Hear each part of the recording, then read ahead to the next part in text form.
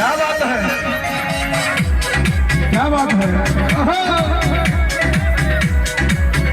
Hello दोस्तों, नमस्कार, प्रणाम। कैसे आप हम लोग के भाई सिंगर कुलदीप मिश्रा। और आज हम जा रहे हैं कार्यक्रम में, और जो कि काफ़ी अच्छा कार्यक्रम होगा। देखिए, हम लोग निकल चुके हैं, अभी परसा पहुंच चुके हैं और अभी जा रहे हैं नाइट में कार्यक्रम पहुंचेंगे। आप लोग वीडियो में बने रहिए, सारा वीडियो आप लोग को देखिएगा, काफ़ी अच्छा लगेगा। देखिए, मेरे साथ हमारे दोस्त हैं।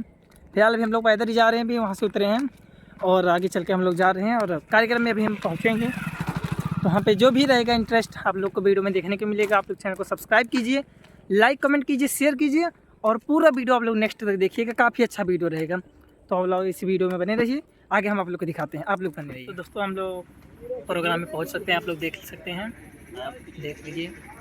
और बस प्रोग्राम कुछ ही देर में चालू होने जा रहा है अभी, तो आप लोग ऐसे ही वीडियो में बने रहिए। आगे हम आप लोग को दोस्तों, हम लोग आ गए हैं अमोली बाज़ार।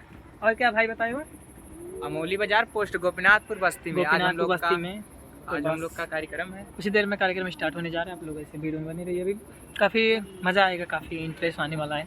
बस आप लोग ऐसे वीडियो में बने रहिए।